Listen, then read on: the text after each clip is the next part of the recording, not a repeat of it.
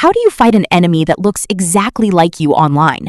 Someone is impersonating me to burn every bridge I've ever built by leaking fake conversations to my colleagues. While I dodge obstacles in this run, I'm breaking down the chilling discovery of the person currently pretending to be me.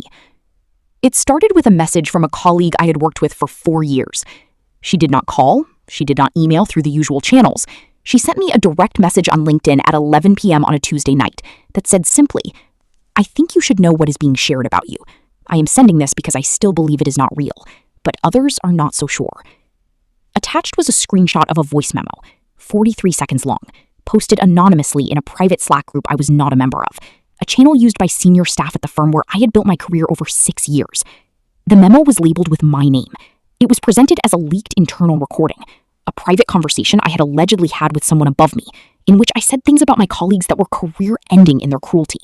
Specific things, names, grievances, language that sounded, and this is the part that made my stomach drop completely, exactly like me. The cadence, the vocabulary, the way certain phrases were constructed, even the slight hesitation I have before certain words when I am speaking quickly. It sounded like me in a way that I cannot fully describe without sounding like I am losing my mind, because I know my own voice. I have heard recordings of myself hundreds of times, and listening to that 43-second memo for the first time at 11 p.m. on a Tuesday, I had one single terrifying moment where I thought, did I say this? Is there some context in which I said something like this that I am not remembering correctly? I had not said it. I had never said anything like it. But for that one moment, the doubt existed, and I think that was the most chilling part of everything that followed. Not the recording itself, but the half-second of uncertainty it created even in me. I did not sleep that night. By morning, 3 more voice memos had been circulated, each one more damaging than the last, each one in my voice, my cadence, my specific way of speaking. One contained what sounded like a private conversation about a colleague's personal situation, something that, if real, would have represented a profound betrayal of trust. Another was framed as a recording of me negotiating something I had no business negotiating, implying access to information I should never have had. None of it was real. All of it was indistinguishable from real. I know now what was used to create them. AI voice cloning technology has reached a point, and this is something I genuinely did not understand before this happened to me, where a convincing replica of a person's voice can be generated from as little as a few minutes of publicly available audio. Interviews, presentations, podcast appearances, video content. If your voice exists on the internet in sufficient quantity, it can be cloned. The clone can then be prompted to say anything at all, in your cadence, your tone, your specific vocal patterns. And the output, to an untrained ear, and often even to a trained one, is indistinguishable from the real thing. I had a podcast, 18 months of episodes, all publicly available, all featuring my voice in long, uninterrupted segments. I had given 3 recorded presentations at industry events in the previous 2 years. I had done 2 video interviews that lived on YouTube. Whoever did this had more than enough material to work with. The psychological experience of those first 2 weeks is something I find genuinely difficult to articulate, even now. Imagine walking through your own life and finding copies of yourself everywhere. Versions of you saying things you never said, making decisions you never made, betraying people you never betrayed. Imagine colleagues you have worked alongside for years looking at you with a new uncertainty in their eyes. Not accusation, necessarily, just uncertainty. The space where trust used to be uncomplicated, now filled with a question they are too polite to ask directly. That uncertainty is the weapon, not the recordings themselves. The recordings are just the delivery mechanism. The actual damage is what happens inside the minds of the people who hear them. The involuntary recalibration, the quiet revisiting of every interaction they have had with you, the searching for signs they might have missed. You cannot argue someone out of a feeling. You cannot present evidence against a doubt that has already taken root. I started keeping a log on day 3.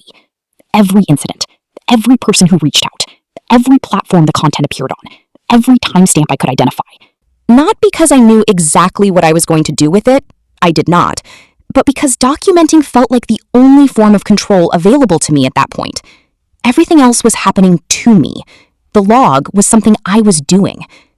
By the end of the first week, I had identified 7 separate instances of fabricated audio being shared across 4 different platforms, 2 private Slack channels I had been informed about by sympathetic colleagues, a Discord server connected to my industry, a private Facebook group, and 2 separate anonymous email chains that had been sent to people I worked with directly.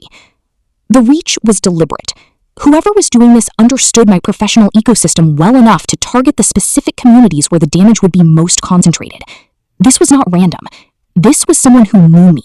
Someone who knew which wounds mattered, which relationships were load-bearing, which colleagues would be most affected by which specific allegations. That realization that this was personal, that this was surgical, was in some ways harder to process than the content of the recordings themselves, because it meant I was not dealing with a stranger. I was dealing with someone who had studied me carefully enough to know exactly where to aim. I hired a cybersecurity attorney on day 8.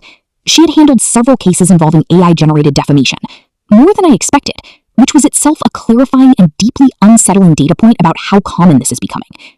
She told me that the legal landscape around AI-generated audio defamation was still developing, that it was genuinely new territory, but that there were existing frameworks around defamation and identity fraud that could apply. She told me to continue documenting everything, and to refrain from making public statements or posting on social media while we built a picture of what we were dealing with. The process of identifying the source took approximately 6 weeks and involved a combination of digital forensics and something far more low-tech, pattern recognition. The forensics team my attorney engaged was able to trace the original uploads on 2 of the platforms back through metadata to a specific device and geographic location. The pattern recognition was mine, because when I sat down and thought carefully about who in my life had both the motivation to do this and the specific knowledge the targeting required, knowledge of my professional relationships, the communities I operated in, the people whose opinion of me would cause the most damage, the list was not long. And when I cross-referenced that list with the geographic location the forensics team had identified, it became shorter still. It was someone I had considered a professional mentor, a person I had trusted with a significant amount of access to my professional life over several years. Someone who had, in the 6 months prior to the first recording appearing, become a competitor in a way neither of us had anticipated when our relationship began. Someone with technical knowledge, professional connections, and, I understand now, a calculation that my reputation, dismantled carefully enough, would clear a path for their own. The legal process is ongoing, and I cannot discuss specifics. What I can say is that the evidence gathered was sufficient for law enforcement to open a formal investigation and for my attorney to file civil claims. Several of the platforms where content was shared removed it upon receipt of legal notice. The colleagues who had received the anonymous emails were informed of the situation, and the majority responded with a level of grace that I was not sure, in my lowest moments of those 6 weeks, I had any right to hope for. But here is the thing nobody tells you about digital impersonation. Even when it is resolved, even when the source is identified and the content removed and the legal machinery set in motion, the psychological aftermath does not resolve on the same timeline. Because the recordings are gone, but the memory of hearing them is not. The doubt they created in other people's minds, most of it addressed, most of it resolved, but you can never be entirely certain. You find yourself in professional conversations monitoring for a shift in tone that might not even be there. You reread emails from colleagues looking for a coolness that may be entirely in your head. You become, for a period, a slightly paranoid version of yourself, hypervigilant, checking, always checking. I am better now than I was, significantly better, but I want to be honest that better is not the same as unaffected. This experience changed my relationship with my own voice, the strange and violating knowledge that the thing most uniquely mine, the sound of me, can be extracted and weaponized without my consent or knowledge. That is not a feeling that fully goes away. What I want people to take from this, particularly anyone who has a professional public presence, who has recorded content available online, who operates in competitive industries, is that this technology exists and it is accessible and it is being used, not theoretically, not in some distant future scenario, right now, by real people against real targets. There are things you can do. Work with your HR department or legal team to establish a protocol for how fabricated content will be handled if it appears.